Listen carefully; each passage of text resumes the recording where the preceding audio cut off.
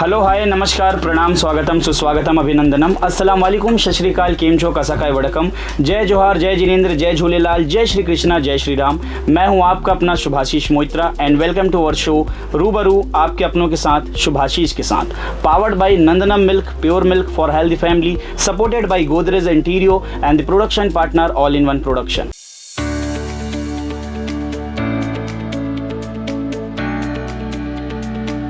कुछ लोग होते हैं जो यह कहते हैं कि मैं एक बहुत अच्छा इंजीनियर बनूंगा, कुछ लोग होते हैं जो यह कहते हैं कि मैं एक बहुत अच्छा डॉक्टर बनूंगा, लेकिन बहुत कम लोग ही ऐसे होते हैं जो यह कहते हैं कि मैं तुम्हें एक बहुत अच्छा इंजीनियर या डॉक्टर बनने के लिए तैयार करूंगा।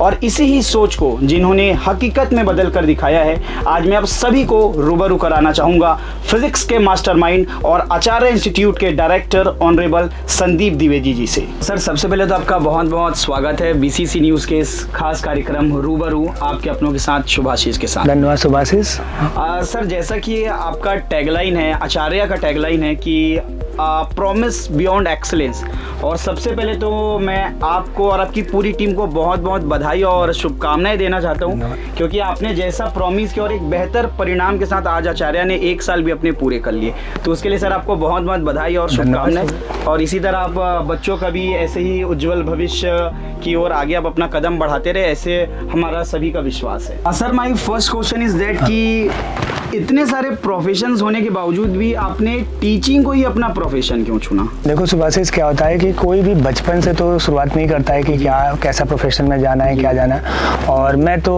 एक किसान की फैमिली से आता हूँ ज़्यादातर, तो इतना कुछ तो कभी सोचा नहीं था। लेकिन एक था, मेरे ग्रैंडफादर का एक ड्रीम था कि मैं एक इंजीनियर बनूं। तो मैं उसके अकॉर्डिंगली ही हमेशा अपनी स्टडी को जो है कंटिन्यू रखा था। जब मैं कॉलेज में पहुंचा तो कॉलेज के बाद कॉलेज जब मैं एक तो इससे पहले मैं अगर जाऊं तो थोड़ा मैं जब आईआईटी की प्रिपरेशन करता था, तो मेरे जो टीचर्स थे, जैसे मैं इलाहाबाद में भी पढ़ा हूं और साथ साथ मैं कोटा में भी पढ़ा हूं। तो अगर वहाँ पे देखा जाए कि जो है कि अगर हम कोटा में जैसे हम पढ़ते थे, तो वहाँ पे जो टीचर्स थे, कुछ ऐसे टीचर थे जिनकी मैं पर्सनालिटी देखता था, उनका वे ऑफ टीचिंग देखता था, मैं बहुत अट्रैक्ट होता था उस वक्त। तो एक था पहले से कि कभी मैं उस प्लेटफॉर्म पे पहुँचूँ या वहाँ पे जाऊँ, तो वो एक अंदर एक सॉफ्ट कॉर्नर बन गया था उस चीज़ के लिए। और जब मैं बीटेक में आया तो ऐसे ही, चाहे वो पार्ट टाइम जॉब के तौर पे ले लिया जाए, मैंने टीचिंग स्टार्ट कर दी थी। आई थिंक मैं सेकेंड ईयर में था, तभी से मैंने टीचिंग स्टार्ट कर दी थी। और फिर धीमे धीमे इंटरेस्ट डेवलप होने लगा। तो इंटरेस्ट डेवलप होने लगा और लाइफ में जब कोई चीज़ें एक डिसाइड करने का मोमेंट आता है, तो डिसाइड करते टाइम पे मैंने ये देखा कि ये प्रोफेशन है जहाँ पे मैं कुछ अलग कर सकता हूँ। कुछ मेरे फ्रेंड्स थे, उन्होंने भी सजेशन दिया था, तो फिर मैंने इसी पे कंटिन्यू कर दिया आगे और कोटा से स्टार्ट किया, फर्दर अभी यहाँ पे हूँ। और निश्चित तौर से सर, जैसा कि आपके ग्रैंडफादर का जो सपना था, मैं भी यही कहता हूँ कि यदि अगर सपने में से अगर हम एस को हटा दें तो केवल अपने रह जाते हैं, और जहाँ अपनों का साथ होता है वहाँ तो सपने ज़रूर पूरे होते हैं। डेफिनेटली, ये बात तो मैं एग्री करूँगा। और सर, जैसा कि हमें ज्ञात है कि इससे पहले आपने कई इंस्टीट्यूट में बतौर टीचर पढ़ाया भी है। हाँ। तो सर, अब ऐसी क्या आवश्यकता पड़ गई कि आज संदीप द्विवेदी को स्वयं का इंस्टीट्यूट खोलना पड़ गया? And one more thing I want to add on, that is why in Bilaspur sir? ठीक है, देखो पहली बात तो मैं पहले भी टीचर था, अभी भी हूँ, और फर्दर आगे भी मैं टीचर ही रहना चाह रहा हूँ। तो ये जो एक टैग है कि डायरेक्टर एंड, ये एक बस रिस्पॉन्सिबिलिटी है कि आचार्य के साथ से जो मैं निभा रहा हूँ। लेकिन मेरा अगर अंदर से दिल से पूछा जाए तो मैं हमेशा टीचर ही रहना चाहता हूँ। और रही बात कि बिलासपुर में खोलने की, तो कुछ पर्सनल रीजंस भी थे कि मुझे था कि मैं यहीं पे सेटल होना है, तो इस वजह से था कि बिलासपुर में अगर अच्छे प्लेटफॉर्म्स मिलते हैं तो definitely I will work there. तो वो एक था।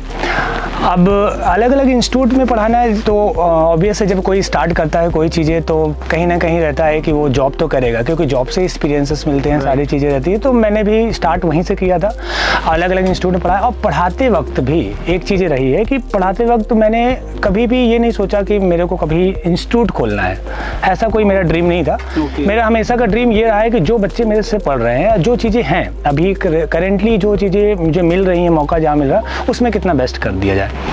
और वही करता गया। और जब फाइनली जो आचार्य इंस्टीट्यूट की अगर हम बात करें तो कि आचार्य इंस्टीट्यूट कैसे खुला, तो वो तो बाय हार्ट मैं बोल रहा हूँ कि मेरे को खुद भी नहीं पता।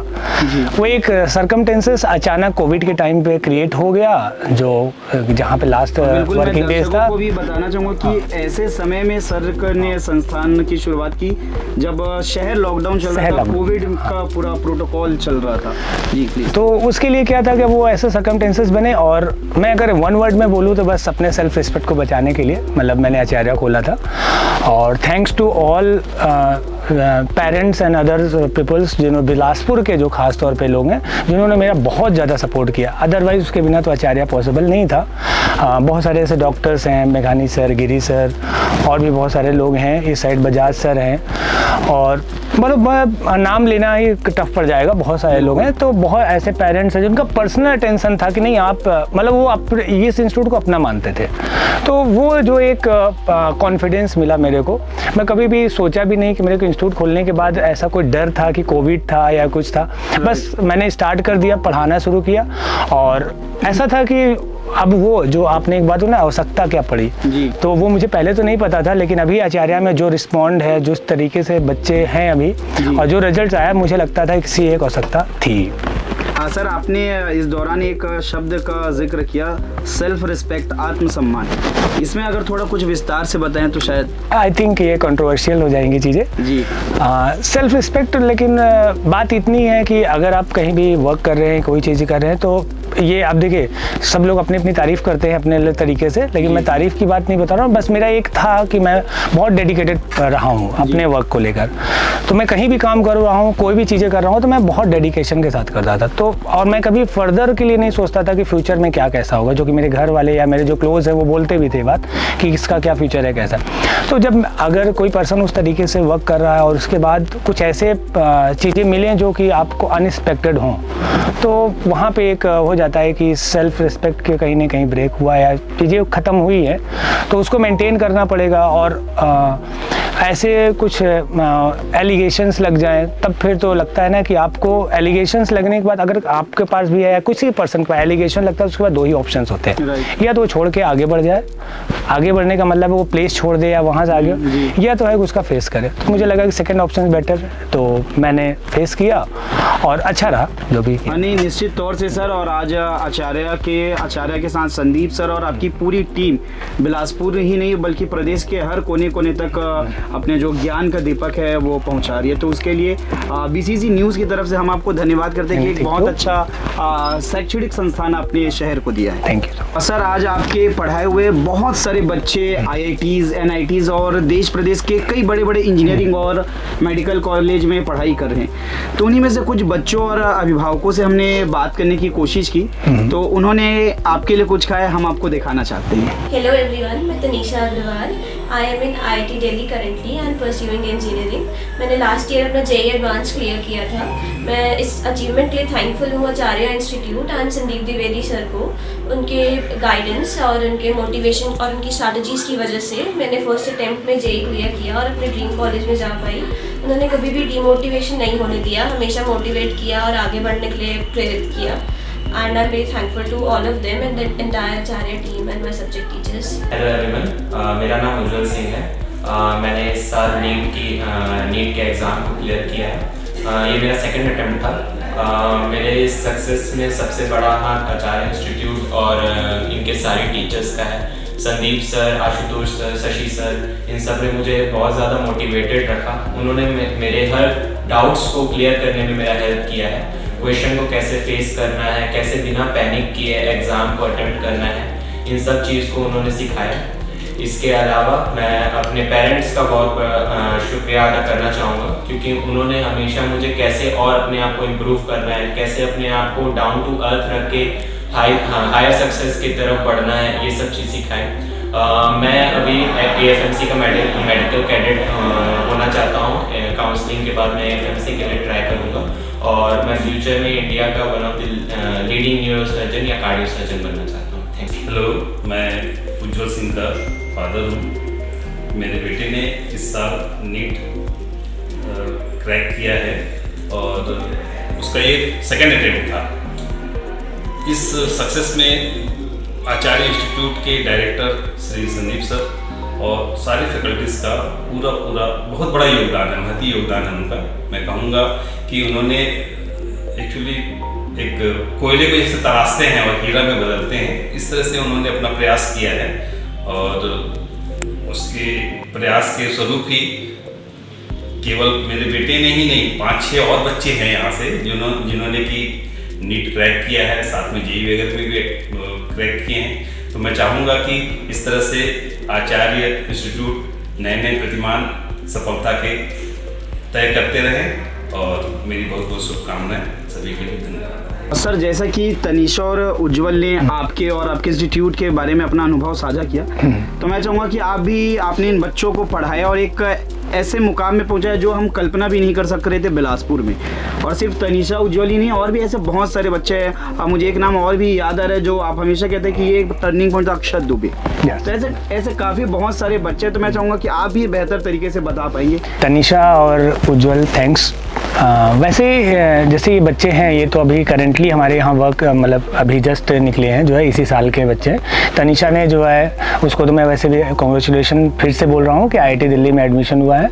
और उज्जवल ने जो है 668 मार्क्स आउट ऑफ 720 अटेंड की वजह, जो कि बहुत बड़ा अचीवमेंट है बिलासपुर के लिए। तो आने वाले समय में आई थिंक उसका ड्रीम है कि उसको FMC में जाना है, जहाँ पे FMC जैसे आपने अभी बात किया कि अक्षत दुबे के बारे में, तो अक्षत दुबे भी FMC में ही है। उसकी FMC में 8th रैंक थी जो है। हाँ, तो बहुत अच्छा परफॉर्मेंस रहा है उसका। अक्षत दुबे एक्चुअली क्या मेरे थोड़ा क्लोज भी रहा है।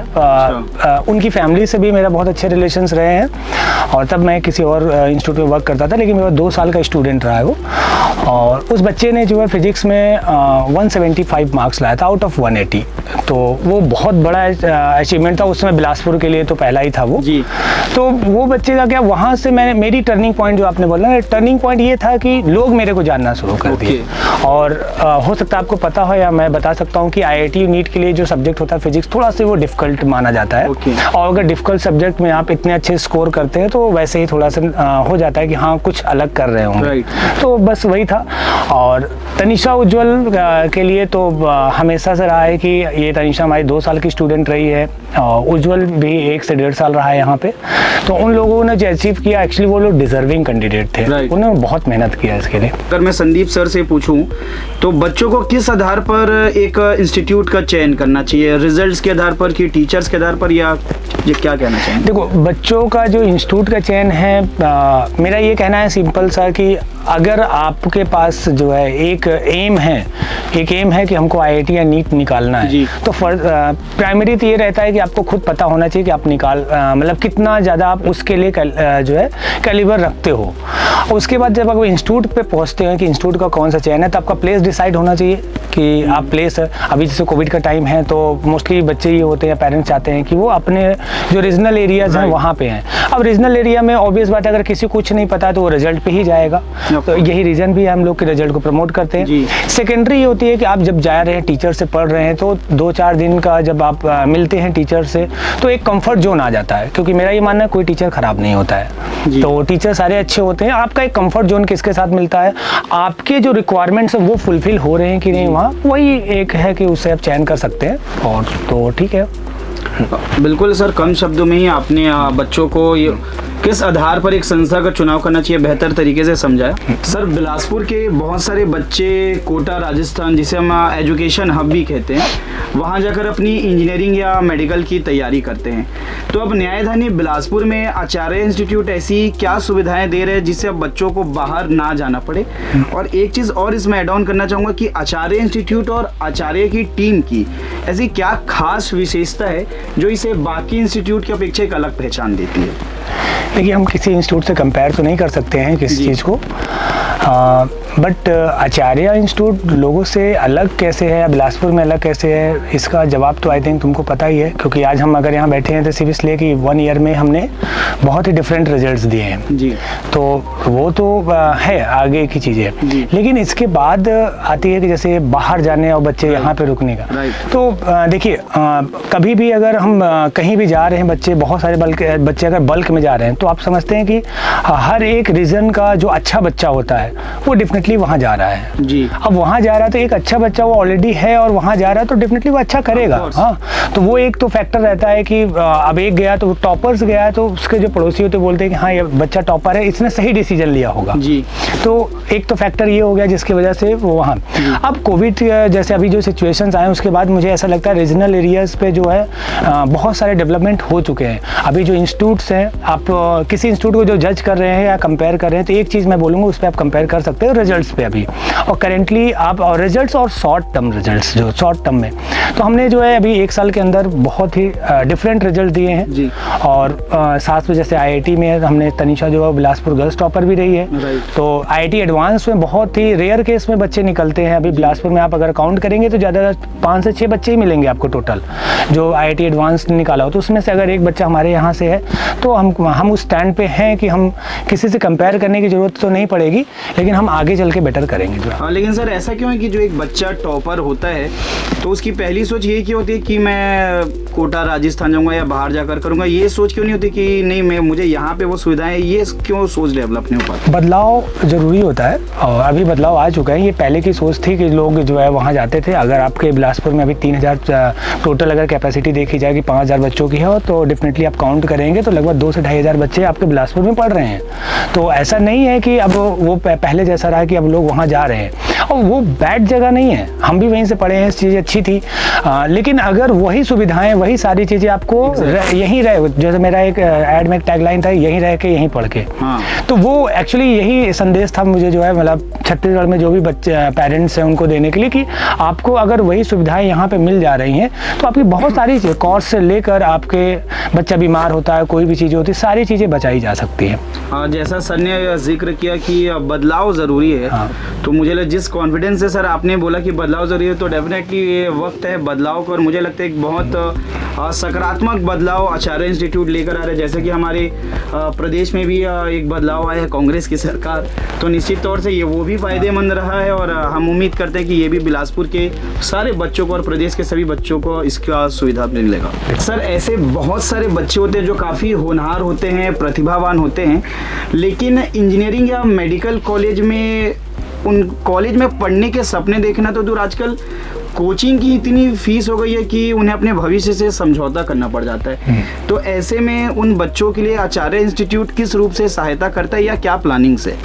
देखिए ज़्यादातर जो ये फाइनेंशियल कंडीशन जिनके वीक हैं या ऐसे अगर बच्चे हैं तो इंस्टीट्यूट वैसे देखिए इंस्टीट्यूट के कॉस्ट बहुत ज़्यादा पड़ते हैं ये, क्योंकि जो टीचर्स होते हैं जो फैसिलिटीज़ होती हैं वो भी देना पड़ता है तो उसके कॉस्ट तो रहते हैं, तो इसी के अकॉर्डिंगली उनकी फ़ीस वगैरह रहती है। लेकिन अगर हमारे पास है कि कुछ ऐसे बच्चे हैं जो बहुत अच्छा करना चाह रहे हैं वो मनी या कोई फाइनेंस करने आर्थिक रूप से जो अगर वीक है उनको, तो हम उनके लिए बहुत सारे ऐसे स्कीम्स हैं हमारे पास। जैसे एक RM स्कॉलरशिप टेस्ट होता है हमारे यहाँ का, वो स्कॉलरशिप टेस्ट में अगर बच्चा अच्छा परफॉर्म करता है उसके हिसाब से 100% तक रिबेट है, जिसमें सिर्फ उनका मटेरियल कॉस्ट जो लगेगा वही लगेगा, उसके अलावा कोई भी फीस नहीं लगेंगे। और हमारे पास मैं किसी बच्चे का नाम नहीं लेना चाह रहा हूँ, लेकिन करेंटली मैं आपको बता रहा हूँ लगभग 8 से 10 बच्चे हमारे पास ऐसे हैं जो कि इसी स्कीम के तहत जो है वहाँ पे पढ़ाई कर रहे हैं। तो आने वाला जो समय रहेगा हम लोग कुछ इसके लिए प्लान भी कर रहे हैं कि कुछ ऐसे एग्ज़ाम्स या कुछ ऐसे स्कीम कंडक्ट किए जाएँ जिसकी वजह से रूरल एरिया और जो गांव के बच्चे भी हैं वो भी इसके साथ कनेक्ट हो पाए। हम हिंदी मीडियम का जो बैच चला रहे हैं, हिंदी मीडियम का ड्रॉपर बैच, क्योंकि हिंदी मीडियम के बच्चों को ज़्यादातर ये दिक्कतें आती हैं, तो हम उनके लिए भी एक स्कीम रखें, उनकी फ़ीस को कम रखें और साथ साथ में जितना हो पाए उतनी फैसिलिटीज़ हम उनको ज़्यादा से ज़्यादा प्रोवाइड कर पाएँ। हाँ सर, जैसे कि आपने जिक्र किया हिंदी मीडियम का, तो आजकल देखा गया कि एक हिंदी मीडियम का बच्चा जो होता है वो अंग्रेजी मीडियम के बच्चों से अपने आप को थोड़ा कमज़ोर समझने लग जाता है या कमज़ोर आंकलन करने लग जाता है अपना। तो ये जो हिंदी मीडियम और इंग्लिश मीडियम के बीच एक जो बड़ा प्रश्नवाचक चिन्ह है, हम चाहेंगे इसे आप दूर करें। हाँ, ये इस फीलिंग को मैं बहुत अच्छे से समझ सकता हूँ। रीज़न ये है कि मैं खुद भी हिंदी मीडियम से हूँ। हाँ, मैं भी हिंदी मीडियम से हूँ। तो और मैं हिंदी मीडियम से पढ़ा था, 12th तक पूरी स्टडी मेरी हिंदी मीडियम से ही हुई है। एक गवर्नमेंट स्कूल में रहा हूँ मैं। लेकिन क्या होता है कि ये एक्चुअली बात है, हम भी जब उस समय थे तो स्टेज फियर के साथ साथ जो है कम्युनिकेशंस में गैप जो आती, बहुत सारे ऐसे प्रॉब्लम्स आते हैं जो बच्चा हेजिटेट करता है बात करने में, और कोई भी एक बच्चा थोड़ा सा इंग्लिश बोल देता है, अगर कोई CBSE का है तो उसके सामने वो डाउन पड़ जाता है क्योंकि उसको कम्युनिकेशन स्किल्स में दिक्कत है। लेकिन कम्युनिकेशन स्किल्स और एक टैलेंट दोनों में फ़र्क होता है। अगर बच्चा IIT और नीट का है के लिए प्रिपरेशन कर रहा है तो डेफिनेटली वो अच्छा कर रहा है। मैं आपको अभी के एग्जांपल से बता रहा हूँ, मेरे बहुत सारे ऐसे स्टूडेंट्स हैं अभी, जैसे आपको एग्जांपल अगर आप देखे होंगे तो शुभम बख्शी, हाँ वो हिंदी मीडियम का बच्चा है, स्टेट बोर्ड टॉपर है आपके छत्तीसगढ़ से, और उसने मेरा वो स्टूडेंट रहा, बल्कि बिलासपुर का पहला स्टूडेंट रहा जो IIT निकाला था, मेरा पढ़ाया वो बच्चा। वो अभी 4 साल बीटेक करने के बाद अभी ओरेकल में वर्क कर रहा है, जिसके पैकेज 30+ का है। उसके बाद जीत प्रजापति है, वो भी हिंदी मीडियम का बच्चा था, वो IIT कानपुर में अभी जो है 4th ईयर है, उसका भी प्लेसमेंट हो गया है। तो बहुत सारे ऐसे एग्जाम्पल्स हैं जो हिंदी मीडियम के बच्चे बहुत अच्छा, बस उनको थोड़ा सा मोटिवेट करने की ज़रूरत है। और हमारे इंस्टीट्यूट में एक अच्छा खासा बड़ा बल्क बैच चलता है हिंदी मीडियम का, और उसमें रिजल्ट्स भी आ रहे हैं, और आने वाले समय में वो चीज़ें और इम्प्रूव होंगी। तो समय के साथ बदलाव, जैसे बात कर ही रहे हम लोग, तो वो बदलाव अब आ रहा है बच्चे, और गवर्नमेंट ने, हाँ थैंक्स टू छत्तीसगढ़ गवर्नमेंट, जिन्होंने जो है अभी आत्माराम जो स्कूल्स खोले हैं, इंग्लिश मीडियम स्कूल्स खोले हैं, उन्होंने भी एक तरफ इसके तरफ एक स्टेप्स बढ़ाए हैं कि जो रूरल एरिया में बच्चे हैं वो इंग्लिश मीडियम में भी पढ़ते रहे, और लो फीस में उन्होंने देते। ये बहुत अच्छा स्टेप रहा है उनके लिए। हाँ सर, हिंदी मीडियम के बच्चों को अगर शॉर्ट एंड स्वीट में कुछ इंग्लिश में कहना हो तो क्या कहेंगे आप? आई थिंक मेरे लिए इंग्लिश में बोलने से कोई मतलब नहीं है, बी पॉजिटिव है। कोई भी चीज़ों के लिए रहो आप पॉजिटिव थिंकिंग के साथ अगर आगे बढ़ रहे हो तो डेफिनेटली कोई भी चीज़ें कभी ख़राब नहीं जाएंगी। और मैं एक बात सबके लिए ऐड करना चाह रहा हूँ कि कभी भी अगर आप कोई चीज़ें जा रहे हैं करने के लिए, चाहे वो एजुकेशन से, ये मेरा पर्सनल एक्सपीरियंस है कि चाहे आप ये कि बिज़नेस के लिए जा रहे हैं, आप पढ़ाई के लिए जा रहे हैं, तो मुझे ये लगता है कि सबसे पहले अगर आप किसी चीज़ को जज कर रहे हो तो अपने आप को कर लो। अगर आपने अपने आप को सीख लिया कि हम कहाँ पे हैं, या अपने जो वीक पॉइंट्स और अपने जो स्ट्रॉन्ग पॉइंट्स हैं वो कितनी तेज़ आप जो है जज कर पा रहे हो, तो अगर वो चीज़ें आपको पता चल गई है ना, तो आप जब कोई काम करने जाओगे तो आपको खुद पता होगा कि ये मेरे से होगा या नहीं होगा, और वहीं पे आपका फेल होना या सक्सेस होना डिसाइड हो जाता है। उसके बाद के जो फैक्टर हैं कि हम फेल हो गए या पास हो गए, वो तो अदर फैक्टर्स होते हैं, लेकिन पहला और प्राइमरी फैक्टर जो यही होता है कि आप सेल्फ एनालिसिस अपने आप का कर लो, बस यही। कहीं ना कहीं यही कहना चाहेंगे हम ये दर्शकों को कि ज़िंदगी जो रहती है वो हर रोज़ आपको एक नया मौका देती है, और सरल शब्दों में उसे ही आज कहते हैं। बहुत अच्छी बात बोली तुमने, थैंक यू सर। सर आज हर एक क्षेत्र में कंपटीशन है और कॉम्पिटिटर्स भी हैं, तो बतौर आचार्य इंस्टीट्यूट के डायरेक्टर होने के नाते आप अपने कंपटीशन और कॉम्पिटिटर्स को किस रूप में देखते हैं? देखिए, मैं एक चीज़ के तो अगेंस्ट हमेशा रहता हूँ, वो है मोनोपोली जी, कि कभी भी किसी चीज़ की मोनोपोली नहीं होनी चाहिए जो है। तो अगर कॉम्पिटिटर्स जो हैं वो रहना ही तो पॉजिटिव है हमारे लिए, क्योंकि अगर वो सामने हैं तो हमको एक तो हमारी क्वालिटी कंपैरिजन्स होते रहते हैं हमेशा, उनसे एक ये रहता है कि अगर हम देखो, मैं ये नहीं बोल सकता कि हर साल हमारे यहाँ से टॉपर्स होंगे, हमारे यहाँ से सारी चीज़ें होंगी या उनके यहाँ से होंगे, तो डेफिनेटली वो जब अगर कुछ वर्क करें, कुछ अच्छा करें, तो हमको भी एक सीखने को मिलता है कि ये गलतियाँ जो हम सुधार सकते हैं नेक्स्ट ईयर। तो कॉम्पिटिटर्स होने और तो बहुत नेसेसरी है, वो रहने चाहिए। बात है कि हम एज अ डायरेक्टर अगर मैं बोलूं तो मेरा एक थीम बहुत पहले से क्लियर था, जो है कि मैं उसको फॉलो नहीं करता हूं कि जो सिस्टम या जो प्रोसेस में लोग सक्सेस हो रहे हैं वही एक प्रोसेस है या वही एक सिस्टम है। आप डिफरेंट सिस्टम और डिफरेंट प्रोसेस से भी उस पाथ पे या उससे बेटर कर सकते हो। तो मेरा उनसे बस यही रहता है कि मैं उनसे सीखता हूँ चीज़ों को, लेकिन मेरी जो थिंकिंग है और जो मेरे वर्किंग स्टाइल है वो डिफरेंट ही रहती हैं और आगे भी डिफरेंट ही रहेंगे। तो अगर मैं पूछूं कि आचार्य का अगर कोई कॉम्पिटिटर्स है या हो सकते हैं, तो आप क्या कहना चाहेंगे इस विषय में? अब ऐसा तो नहीं बोल सकते हम किसी के लिए कि जो है कि कौन कॉम्पिटिटर्स होगा। ये कहना चाहेंगे कि Acharya is best? Now time Bilaspur के लिए अगर हम बोलें तो Acharya is the better option and going to be best. Sir, हमारे खतरनाक सूत्रों से पता चला है कि क्लासरूम में आपका एक सिग्नेचर डायलॉग भी होता है जो अक्सर आप बच्चों से कहते रहते हैं, तो मैं चाहूँगा उस बारे में कुछ आप बताएं। क्या ऐसी चीज़ें जो बच्चों को काफ़ी कनेक्ट करती है? जब मैं उनसे डिस्कस भी कर रहा था तो प्लीज़। कैसे डायलॉग्स हैं? ये तो मुझे लगता है, अगर एक मुझे जहाँ तक है कि आप हमेशा कहते रहते कि सब मोह माया है बेटा, तो ये और एक और मैंने सुना है कि आप कहते हैं कि यार दूसरे के शादी में इन्वॉल्व रहोगे तो तुम्हारी शादी नहीं हो पाएगी। तो ऐसे बहुत सारे आप कह रहे थे। मैं भाई क्या इसके लॉजिक थोड़ा प्लीज रिसर्च अच्छा की हो। जी, पूरी टीम है, कपिल शर्मा कहते हैं पूरी एक बड़ी टीम है रिसर्च की, एक लोगों की। नहीं ठीक है। ये जो सब मोह माया है ये तो एक्चुअली बस बच्चों के लिए भी है, और हमने भी सोचा था कि इसको एक टैगलाइन रहता है तो बस बोलते, वो डायलॉग्स थे वो चलते गए, और ये पिछले 5-6 साल से मैं बोलता रहा हूँ क्लास में, तो वो बस एक टैगलाइन बन गई। और उसका मतलब था कि मैं हमेशा बच्चों को ये बोलता हूँ, स्टार्ट तो ऐसे भी हुआ था कि जैसे मान लीजिए बच्चा कोई पढ़ रहा है और बगल में कोई गुजर रहा है तो वहाँ से देख रहा है, तो मैं उसको बस यही बोलता हूँ बेटा मेरे पे फोकस कर और सब मोह माया है। अच्छा, हाँ, ओके। तो वो एक रहता है। और दूसरी बात वहाँ भी आ जाती है कि जब हम इस पे बात करते हैं कि कोई बच्चा डाइवर्ट हो रहा है किसी चीज़ों में, अब उसमें मोह माया में सिर्फ आप एक ही साइड में न ले जाएं चीज़ों को।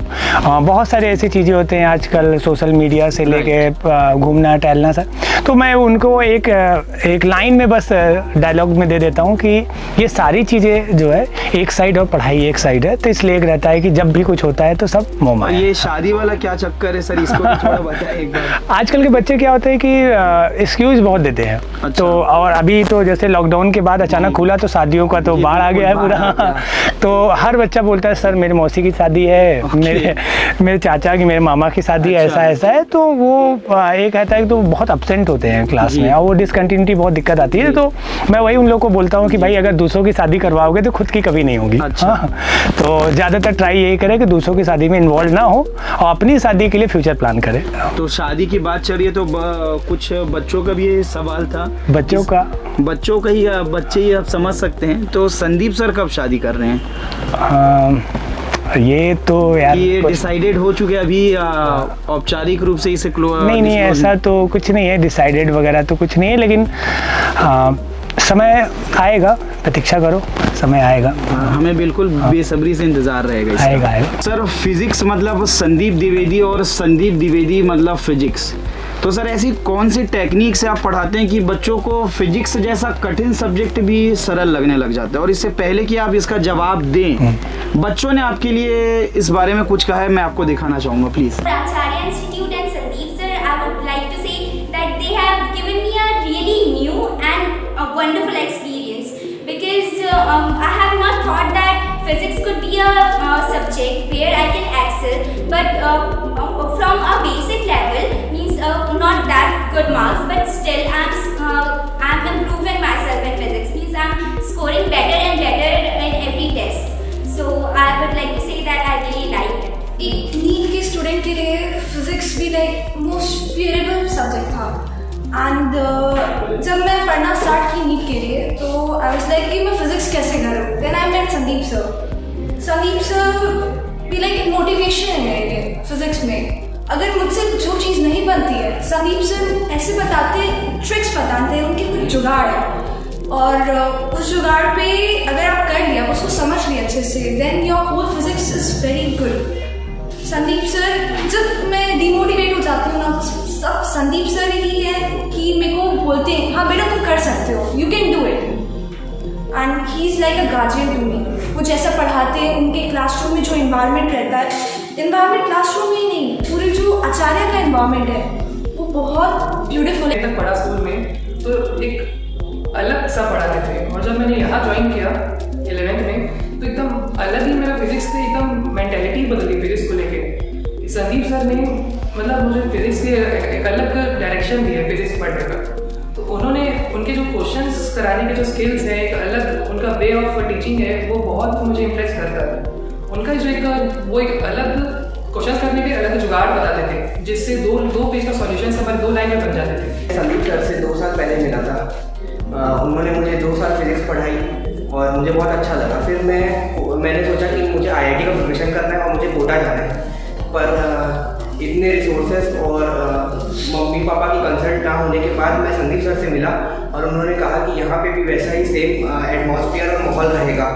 उसके बाद मैं यहाँ पे ज्वाइन हुआ, और 1 साल बाद मुझे रिजल्ट दिखा कि जो फिजिक्स कोटा और यहाँ कोटा में पढ़ाई जाती है वह सेम फिजिक्स मुझे यहाँ भी मिल रहा है। वहाँ के नोट्स और यहाँ के नोट्स मैंने कंपेयर किए तो दोनों सेम ही थे। इसलिए अब मुझे लगा कि मेरा डिसीजन यहाँ पे रहना और संदीप सर के साथ कंटिन्यू करना बहुत अच्छा था। आने से पहले मैं बहुत वीक था, स्पेशली फिजिक्स में। मेरे को बायो लेने का भी मन नहीं था, मैं मैथ से दूर भागना चाहता था।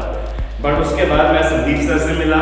संदीप सर ने जो मोटिवेट करते हैं हमें, उनकी हर एक बात इतनी अच्छी होती है कि उनके थोड़े से भी मोटिवेशन में हम कुछ चीज़ अच्छा ही कर जाते हैं। और हमारे संदीप सर तो है ही, जो फिजिक्स में बहुत अच्छा कराते, वो ऐसे ऐसे टिप्स बताते, उनके हिसाब से जो जुगाड़ बताते हैं वो बहुत काम का रहता है। एंड ट्रस्ट मी, वो आपको ऐसे मोमेंट्स में याद आएगा जब आपको बड़े बड़े फॉर्मूलाज याद नहीं आते। और यहाँ के जो फैकल्टीज़ है, खासकर फिजिक्स वाले, जो संदीप सर है हमारे, वो मतलब फिजिक्स उनसे जब से पढ़ रहा था।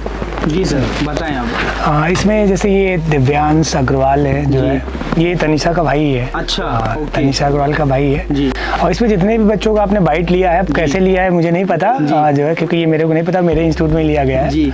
तो इसमें जितने भी बच्चे हैं, एक तो ये सारे बच्चे आपको एक या साल बाद, क्योंकि 11th में है जी, 1 साल बाद आप इन्हीं का इंटरव्यू लेंगे, ये मैं श्योर बोल रहा हूँ, क्योंकि ये सारे बच्चे बहुत ब्रिलियंट है, बहुत ब्रिलियंट है पढ़ने में। अब बात है, जैसे आपने एक ऐड किया स्टार्टिंग में मास्टरमाइंड, तो मैं पहले ही बता चुका हूँ कि फिजिक्स के बहुत सारे टीचर्स हैं इंडिया में, पढ़ाते हैं। मैं तो उनके सामने, कुछ ऐसे टीचर्स हैं जिनके सामने मैं तो मतलब नेग्लिजिबल हूँ, कोई मतलब नहीं है। वैसे तो सबका, आपने भी एक नाम तो सुना होगा, एस सी वर्मा सर का, जो कि उनकी बुक्स ही इतनी सारी चलती हैं। मैं भी कुछ ऐसे टीचर्स हैं जिनको मतलब एडमायर कर सकता हूँ, कि बोल सकता हूँ कि मैं उनकी चीज़ों को कभी न कभी देखा था, या उनकी जो वर्किंग स्टाइल्स हैं। अनुराग मिश्रा सर हैं, उनकी बुक्स भी हैं और वो बहुत अच्छा करते हैं। नितिन विजय सर हैं, जो कि ब्रिलियंट टीचर है, मतलब वो तो बहुत है। मैं उनसे कभी पढ़ा नहीं हूँ, लेकिन मैंने देखा है जितना उनको, जितनी सारी चीज़ें, वो बहुत ही अच्छा पढ़ाते हैं। तो बहुत सारे ऐसे टीचर्स हैं। मैंने बस ये ट्राई किया कि बिलासपुर में उभरता हुआ जो आ रहे हैं वो हमारे संदीप द्विवेदी सर हैं। Thanks for it. लेकिन क्या है कि जब बिलासपुर में मैं आया ना, तो मेरे को ये एक चीज़ लगा कि एक तो है फिजिक्स तो थोड़ा टफ पड़ता है, लेकिन मुझे ऐसा लगा कि मैं चीज़ों को थोड़ा अच्छा कर सकता हूँ। तो इसका एक ही मतलब मेन रीज़न है, जो बच्चे बोल रहे हैं जुगाड़ और ये सारी चीज़ें। ये मैंने देखा कि ये जो आपके क्लासरूम के में शब्द काफ़ी इंटरेस्टिंग है, जुगाड़, माहौल, शादी, मोह माया, मतलब कुछ फिजिक्स चल रहा है कि क्या चल रहा है? मतलब नहीं, वो एक क्लास का एटमॉस्फेयर रहता है, वैसा बना है कि बच्चों को एंटरटेनिंग के साथ ही पढ़ाया जा सकता है, वो रहता है। लेकिन ये जो जुगाड़ वर्ड है, ये मतलब आप समझिए शॉर्ट ट्रिक है, शॉर्ट ट्रिक है। लेकिन हमारे इंडिया में तो ऐसे हम लोग बोलते हैं जुगाड़, तो अपनी लैंग्वेज है, वैसे यूपी वाले तो हम लोग जुगाड़ को ये पेटेंट हो गया हमारे यहाँ बस, और वो शॉर्ट ट्रिक रहता है। मैं जो फिजिक्स में जैसे जितना बच्चे बोल रहे हैं कि ऐसा करने के लिए, मेरा जो मानना है खुद कि मैं कैसे सीखा, तो मैं खुद भी एक वीक स्टूडेंट अपने आप को मानता था कि जो है कि मैं वीक स्टूडेंट था। तो मैंने जितनी गलतियां मेरे से होती थी, मैं मान के चलता हूँ कि बच्चों से भी ये गलतियां होंगी। तो मैं उन सारी चीज़ों को, जब मैं क्वेश्चन या कोई चीज़ें पढ़ा रहा हूँ, तो उनको मेंशन करते चलता हूँ। और आई थिंक वही मेरे लिए हेल्पफुल रहता है कि चीज़ों मैं बच्चों के अंदर तक मतलब जा सकता हूँ, उनके ब्रेन तक वर्क कर सकता हूँ कि किस तरीके से ये ईजी कर लेंगे इस चीज़ों को। मैं सूत्रों के मुताबिक एक चीज़ हमने और पता की है कि जब कोई बच्चा आपके यहाँ डेमो क्लास लेने आता है, तो आप फिजिक्स के सबसे जो हार्ड टॉपिक होता है उसका डेमो देते हैं। ये क्या इसके पीछे लॉजिक है? क्योंकि मैंने अक्सर देखे कि इजीएस्ट टॉपिक था कि बच्चे को भी लगे हाँ समझ, आप सबसे टफ टॉपिक पकड़ते हैं, क्या इसके पीछे लॉजिक? इसके पीछे का लॉजिक ऐसा नहीं है। मैं हमेशा ये माना हूँ, मेरी लाइफ का एक पार्ट रहा है कि आप तभी पहचाने जाओगे जब आप डिफ़िकल्ट चीज़ों, जो लोगों को डिफ़िकल्ट लगती है, वो आप अलग करोगे। तो कुछ टॉपिक्स ऐसे होते हैं जिससे बच्चे डरते हैं। इवन मैं जब अपनी टीचिंग जब मैं स्टार्ट कर रहा था, तो मेरे को भी कुछ प्रोसीजर से गुजरने थे। तो उस समय भी मैंने जो टॉपिक्स को पिक किया था डेमो के लिए, वो टीचर्स भी मेरे को बाद में बोले थे कि आपने ये टॉपिक ही क्यों पिक किया। तो उसमें से 1-2 टॉपिक्स ऐसे आते हैं।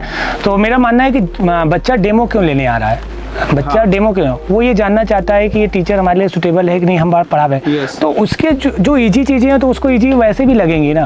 तो वो मैं पहले पूछ लेता हूँ कि आपको क्या टफ लगता है। अच्छा, तो पहला उनका आंसर आता है कि हमको ये टफ लगता है, हम वहीं से शुरू करें। वैसे सीक्रेट बात ही तुमने पूछ लिया जी। हाँ, ये नहीं बताना चाहिए, लेकिन जो उनको टफ लगता है उसी पे आप वर्क करो।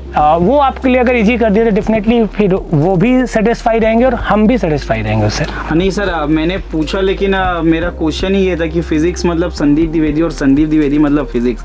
तो मुझे नहीं लगता कि आपका जो स्टाइल, आपका जो तरीका है टीचिंग का कोई और अपना है, सबके अपने अपने एक तरीके होते हैं। हाँ, वो तो होता है सर। जो भी बच्चे या जो भी युवा इंजीनियरिंग या मेडिकल के क्षेत्र में अपना भविष्य बनाना चाहते हैं या बनाने की चाह रखते हैं, तो उन्हें बतौर आचार्य इंस्टीट्यूट के डायरेक्टर होने के नाते और बतौर टीचर होने के नाते आप उनका क्या मार्गदर्शन या क्या सुझाव देना चाहेंगे? तो मैं इसको थोड़ा सा डिफरेंस करूँगा कि ड्रीम और एम दोनों थोड़ा से अलग हैं चीज़ें।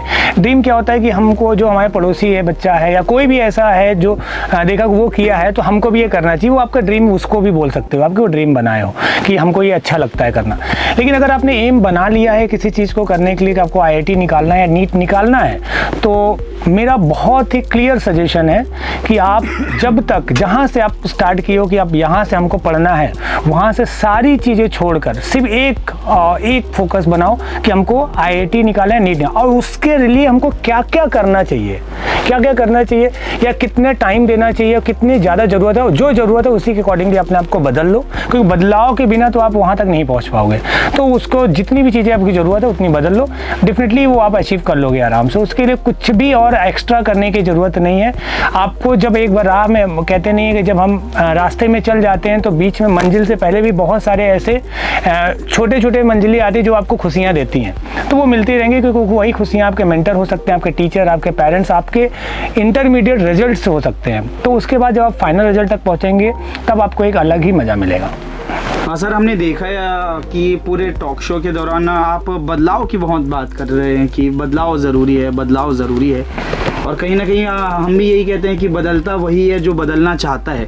तो आपने जैसा जिक्र किया कि IITs NITs की बात की, तो मेरा इसी से एक सवाल है कि अगर जो बच्चा IIT या NIT नहीं निकाल पाया या कुछ अंकों के कारण चूक गया या उसे उसका पसंदीदा कॉलेज नहीं मिला, तब उनके पास क्या विकल्प है वो, या क्या कैसे अपने आप को आगे वो मूव ऑन कर सकता है फिर? देखिए, हम लोग जिस भी चीज़ों को फॉलो करते हैं, अगर हम धर्म को फॉलो करें किसी चीज़ का, तो एक चीज़ होता है कि हमको हमेशा बोला जाता है कि ऊपर वाला हमेशा एक मौका देता है आपको जी।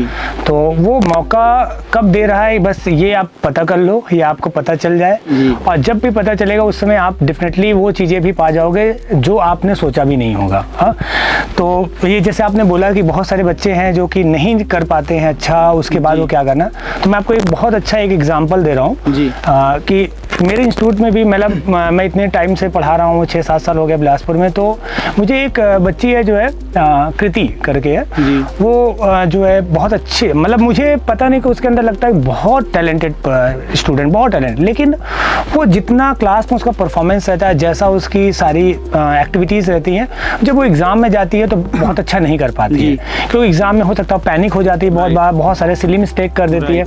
अभी भी वो जो डिजर्व करती थी उसके आसपास ही रिजल्ट आया, बहुत ज़्यादा अच्छे रिजल्ट नहीं आए, लेकिन अब वहाँ से वो कॉलेज के लिए मूव कर रही। तो मैंने उसको भी अभी रिसेंटली एक दिन वो कॉल की थी, तो मैंने उसको यही चीज़ें बोला था, वही सेम चीज़ें आप सबके लिए है कि हो सकता है कि वो एग्ज़ाम आपके लिए अभी जो है कुछ सिखाया है, आपने उस दौरान जब आप एक प्रिपरेशंस करने जो IIT नीट की प्रिपरेशन होती है जब आप करते हो, तो आप इतनी सारी चीज़ें सीख के चले जाते हो ना, जो आपको अभी नहीं पता चलेगा। आपने दौड़ना सीख लिया, रेस में दौड़ना जो कहते हैं ना, हमने रेस में दौड़ना सीख लिया, आपने difficult question, easy question, competitors जितने भी आपके आसपास के बच्चे हैं उनके साथ कैसा कंपटीशन होना चाहिए, सारी चीज़ें आपने लड़ना सीखा है। ये आपको काम कब देगा? आप जब आप कॉलेज में जाओगे, कॉलेज में जाओ, क्योंकि जर्नी तो वहाँ भी है ना, और वही जर्नी मेन है आपके कैरियर के लिए, तो वहाँ जाके आप बहुत अच्छा करोगे। और ये मैं बता दे रहा हूँ उस बच्ची के लिए भी कि आप देखिएगा आने वाले समय में वो बहुत ही अच्छा परफॉर्मर बन के निकलेगी, क्योंकि डॉक्टर बनने जा रही है तो डेफिनेटली बहुत अच्छा करेगी आगे। तो ये सब के लिए एक ही चीज़ें हैं कि आप जहाँ हैं वो जितना पा गए ठीक है, और आगे के लिए वर्क करते रहें। हाँ सर, कुछ मैं सभी को तो नहीं कहूँगा, लेकिन कुछ बच्चों का ऐसा परसेप्शन भी रहता है कि यदि मैं IIT की तैयारी करूँ तो मेरा टीचर भी IITian होना चाहिए। अब अगर किसी का परसेप्शन ऐसा है तो डेफिनेटली कभी भी अपने परसेप्शन को चेंज नहीं करना चाहिए। और मेरे बहुत सारे ऐसे टीचर्स रहे हैं, मोस्टली टीचर मुझे जहाँ तक पता है वो IITian नहीं थे जो है। और मैं ये भी बोल सकता हूँ कि मैंने भी IIT क्वालिफाई किया है, लेकिन मैं भी IIT कॉलेज से नहीं हूँ।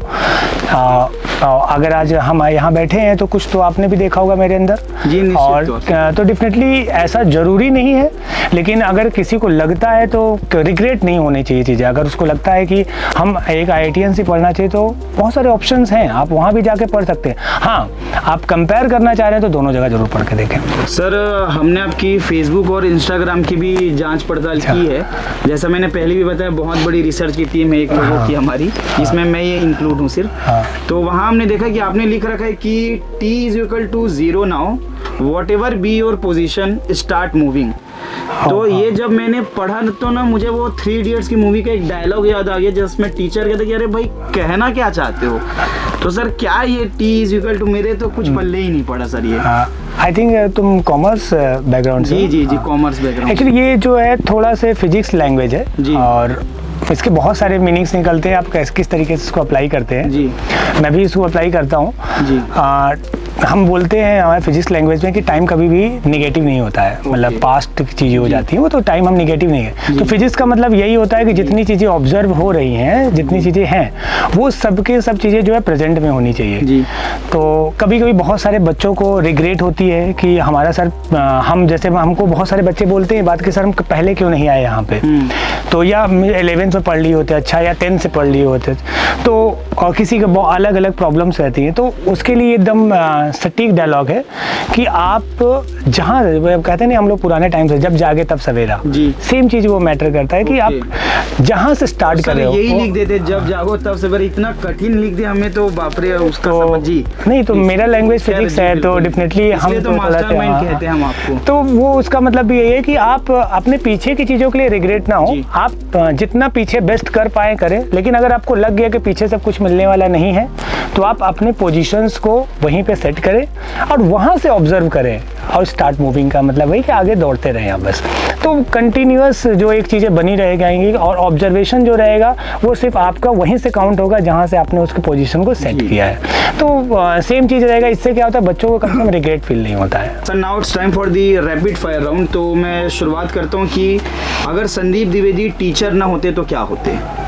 मेरा बचपन से ही मन था कि मेरे ग्रैंडफादर आर्मी ऑफिसर थे तो मैं आर्मी में जाने का सोच रहा था। क्या बात है। अच्छा, अगर संदीप द्विवेदी को किसी बॉलीवुड अभिनेत्री के साथ काम करने का मौका मिले तो किस अभिनेत्री के साथ आप काम करना पसंद करेंगे? मैं कोई अच्छा एक्टर हूँ नहीं तो मेरा कोई ऐसा नहीं हो। अभिनेत्री जैसे एक्ट्रेस की बात करें सारे अच्छी होते हैं, मौका मिल जाएगा तो अगर कभी है। अच्छा, मतलब कहना ये चाह रहे हैं कि सारी अभिनेत्रियों के साथ काम करना चाहिए? नहीं, आपने पूछा तो मैंने उस पर बताया कि सारे अच्छे होते हैं।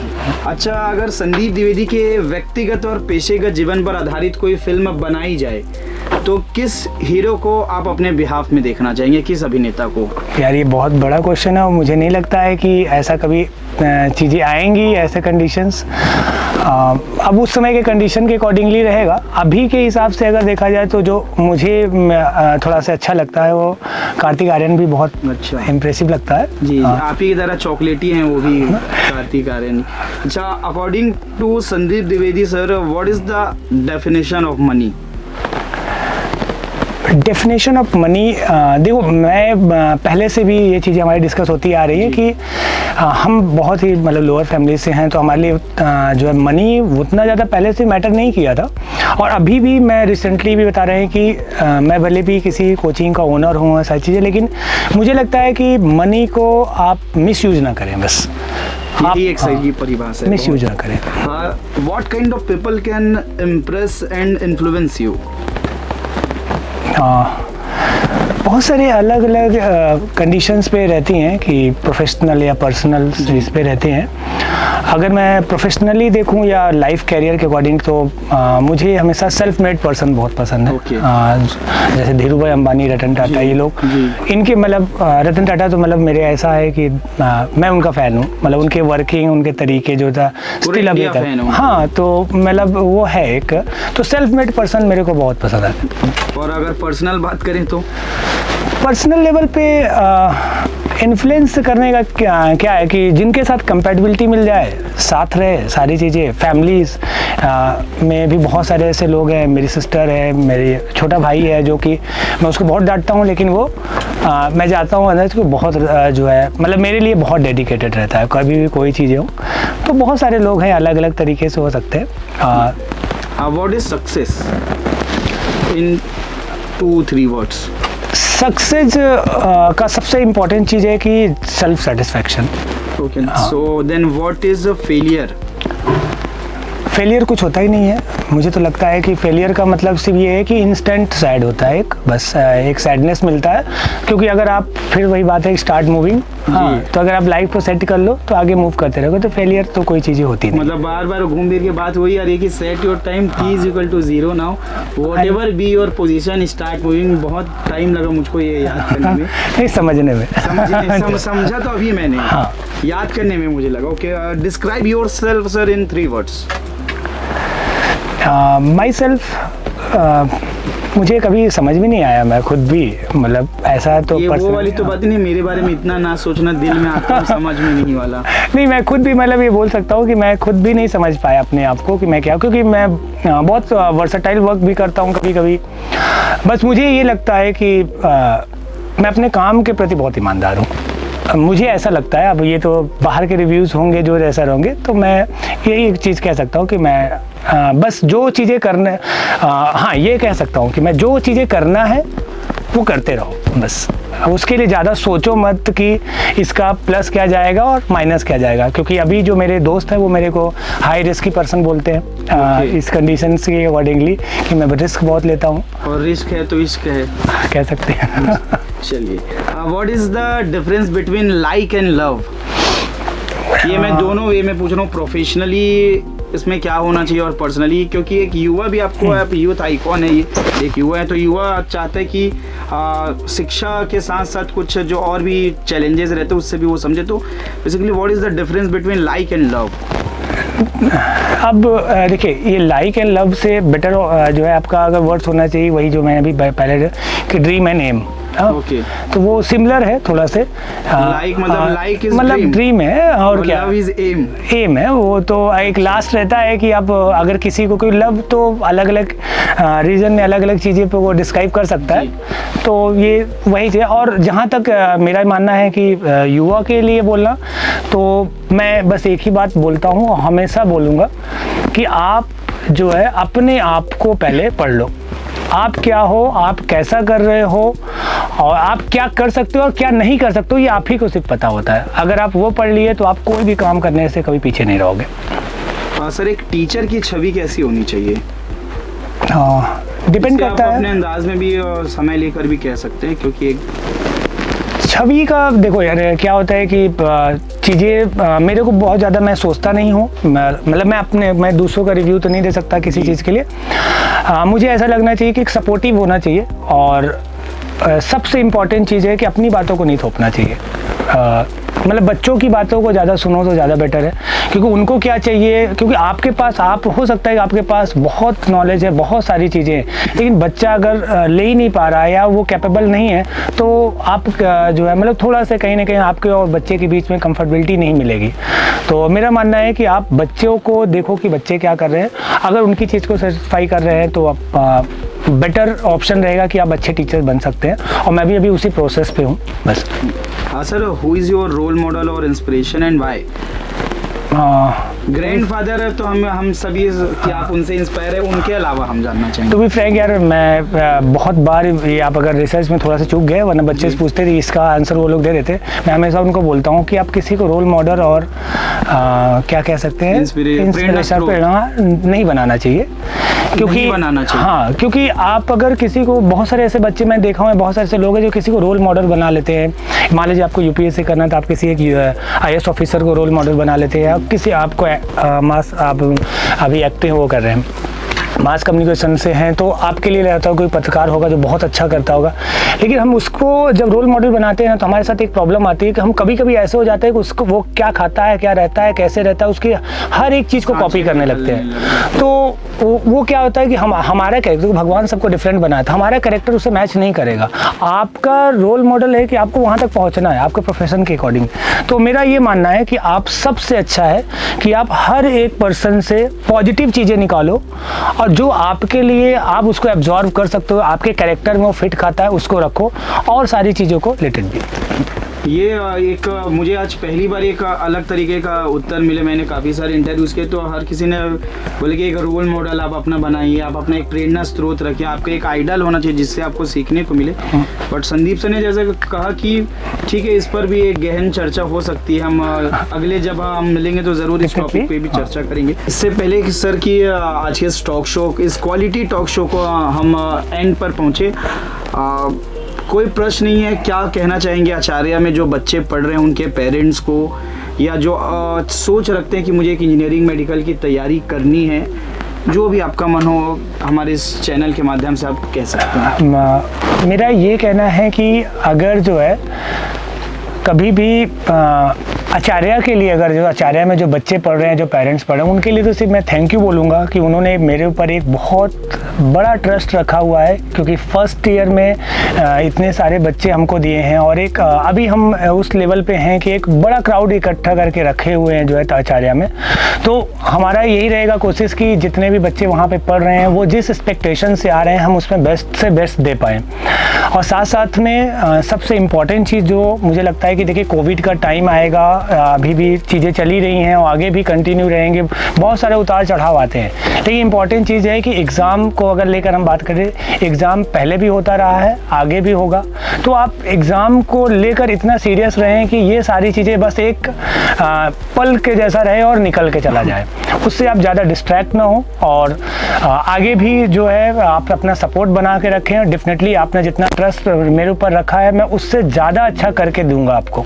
और आने वाला समय ये मैं बहुत इससे पहले भी एक प्लेटफॉर्म पे मैं बोल चुका हूँ, अभी दोबारा रिपीट कर रहा हूँ कि आने वाले समय में आचार्य इंस्टीट्यूट से आपको जो है सिंगल डिजिट रैंक देखने को ज़रूर मिलेगी। Thank you. हाँ बिल्कुल, हम भी सर ऐसा प्रे करते हैं कि ये सिर्फ एक आचार्य के लिए ही नहीं बल्कि पूरे बिलासपुर और प्रदेश के लिए गौरव का विषय होगा जब सिंगल डिजिट में परिणाम हमको मिलेंगे। और कहीं ना कहीं आपके बच्चे, आपके लिए भी हम यही कहना चाहेंगे कि वो संस्कृत में एक श्लोक है कि एक मेवाक्षरम यस्तु गुरु शिष्यम प्रबोधयेत पृथिव्यम नास्ति तद द्रव्यम यद द्रव्यम चांद्रिणी भवेत। अर्थात कि गुरु के द्वारा यदि एक अक्षर का ज्ञान भी शिष्य को दिया जाता है तो संसार में ऐसी कोई वस्तु या ऐसा कोई धन नहीं है जिसे देकर हम गुरु के ऋण से उऋण हो सके। और बहुत खुशनसीब और बहुत सौभाग्य की बात होती है कि जो एक टीचर बनता, कहते हैं कि जब एक बच्चा जब एक ऊंचाइयों को पहुंचता है, जब एक वो अच्छे मुकाम पर होता है तो माता पिता को तो जो खुशी होती है लेकिन उससे भी कहीं ज़्यादा खुशी गुरु को होती है। तो ये हमारे लिए काफ़ी गौरव का विषय और हम काफ़ी धन्यवाद आपको देते हैं कि आप शिक्षा के माध्यम से पूरे बिलासपुर और पूरे प्रदेश के बच्चों को पढ़ा रहे हैं। अंत में सर हम यही आपसे जानना चाहेंगे कि BCC न्यूज़ के इस खास कार्यक्रम रूबरू आपके अपनों के साथ, शुभाशीष के साथ, इस कार्यक्रम के संबंध में आप अपने कुछ अनुभव, कुछ विचार साझा करें। मैं टू बी फ्रैंक बोल रहा हूँ, मुझे बहुत मज़ा आया तुम्हारे साथ बात करने में। Thank you. और सबसे बड़ी चीज़ है कि जो हमारी रात को कन्वर्सेशन हुआ था कि सर की इंटरव्यूज़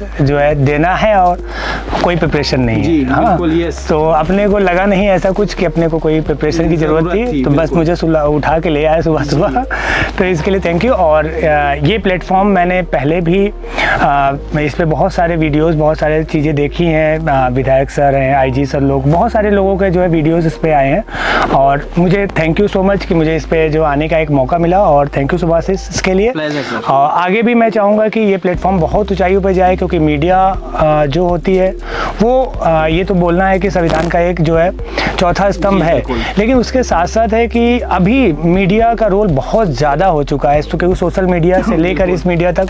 तो आप जो भी कर रहे हैं डेफिनेटली बहुत अच्छा करें और बिलासपुर में आप जैसे लोगों की बहुत ज़रूरत है और आप तो हमारे हम उम्र हैं, तो डेफिनेटली हमको भी अच्छा लगता है कि अपने जैसे लोग जो है बहुत अच्छा कर रहे हैं। Thank you Subhash. Thank you so much sir for your kind words. और एक बार आज मैं फिर आप सभी को बता दूं कि आज हमारे साथ थे आचार्य इंस्टीट्यूट के डायरेक्टर एंड फाउंडर और फिजिक्स के मास्टरमाइंड, मैं फिर से कहूँगा कि फिजिक्स के मास्टरमाइंड ऑनरेबल संदीप द्विवेदी जी।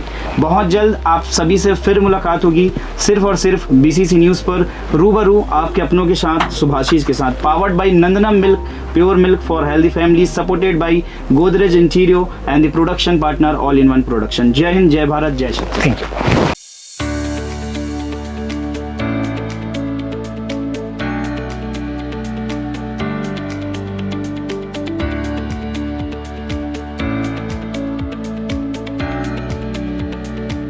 तुम्हारे अंदर जो डेडिकेशन था, आज भी जो इस प्रकार से तुम पूछ रहे हो, तो तुम एक बहुत ही प्रतिभावान व्यक्ति हो, मुझे ऐसा लगता है, हुआ हो, और तुम्हारा भविष्य बहुत अच्छा रहे। मैं यही कामना करूंगा तुम्हारी टीम के लिए भी। देखिए, आपका प्रोग्राम बहुत ही अच्छा प्रोग्राम है और क्योंकि जो विचार हमने रखे हैं वो आपके माध्यम से सभी यूथ पे जाएगा, सभी लोगों पे जाएगा, और निश्चित रूप से मेरा ये मानना है कि जो कोई इसको सुनेगा, देखेगा, मोटिवेट होगा और डेफिनेटली उसका असर पड़ेगा और उसके माध्यम आप होंगे, आपका बीसीसी न्यूज़ जो है वो माध्यम होगी। उसके लिए मैं आपको बहुत थैंक्स करता हूँ। थैंक यू जी शुभाशीष, मुझे आपने अवसर दिया कि आपके इस कार्यक्रम में मैं आके अपनी बातें रख सकूं, अपने शहर वासियों के साथ बात कर सकूं, इसके लिए आपको बहुत बहुत धन्यवाद। वक्त कहाँ गया, वक्त कहाँ गुजरा पता ही नहीं पड़ता। तो ये बहुत बड़ी खासियत है रूबरू शो की और सुभाशीष मोहित्रो की। आपके इस कार्यक्रम के माध्यम से हजारों लोग हैं। ये है पावर, ये है आपकी पावर, ये है आपके प्रोग्राम की पावर। लोगों ने ज्ञान का पिटारा बनाया हुआ है और शायद कहीं ना कहीं उस ज्ञान के पिटारे की चाबी आप हैं। ये हमारा सौभाग्य सर किया। मेरा खुद का भी एक बड़ा अच्छा मन था कि कभी शुभाशीष मुझे भी लाइव मिले और आज इंशाल्लाह ये मतलब मैं कर पाई कि आज आपके साथ लाइव हूँ, तो no doubt is a very good feeling कि आज मैं आपके साथ रूबरू होने वाली हूँ आपके इस टॉक शो में। तो thank you so much. Thank you so much कि मुझे इस पे जो आने का एक मौका मिला और थैंक यू सुभाशीष इसके लिए। और आगे भी मैं चाहूँगा कि ये प्लेटफॉर्म बहुत ऊंचाइयों पर जाए। बिलासपुर में आप जैसे लोगों की बहुत ज़रूरत है। सबसे पहले तो सुभाशीष जी, मैं बीसीसी की टीम का धन्यवाद देता हूँ जिन्होंने मुझे यहाँ बुलाया और कुछ बोलने का मौका दिया। और मैं अपनी एक बात साझा करना चाहता हूँ कि मैं जब भी ये प्रोग्राम देखता, मतलब विगत कुछ समय से, तो सोचता था यार क्या मैं भी इस प्रोग्राम में कभी आ पाऊंगा या कभी कुछ बोल पाऊंगा अपनी, मतलब एक रहता था। तो क्या होता है कि कभी कभी आप कुछ मांगते हैं रब से, तो सरस्वती जो है वो कहीं ना कहीं ईश्वर की कृपा आपके ऊपर बनी रहती है। ये एक यूनिक चीज़ है, एक अभिनव प्रयास है और हमें भी आपके इस शो को देख के एक नए विधा के बारे में नई जानकारी मिलती है और उस बारे में अच्छी तरह से चीज़ों को समझने का मौका मिलता है। आपके इस कार्यक्रम के लिए मैं आपको शुभकामनाएं देता हूं और आगे ये परंपरा बनी रहे और कुछ और नई जानकारी मिले, इसके लिए हम हमेशा जिज्ञासु रहेंगे। इस दिन का इंतजार था और ये एक टीचर के लिए बड़े ही सौभाग्य की बात होती है कि उस टीचर ने जिसको पढ़ाया है आज एंकर के रूप में वो अपनी एक राष्ट्रीय अंतर्राष्ट्रीय स्तर पर अपनी पहचान बना रहा है, तो एक टीचर के लिए बड़ी सौभाग्य है। बिल्कुल, बहुत बहुत धन्यवाद सर आपका।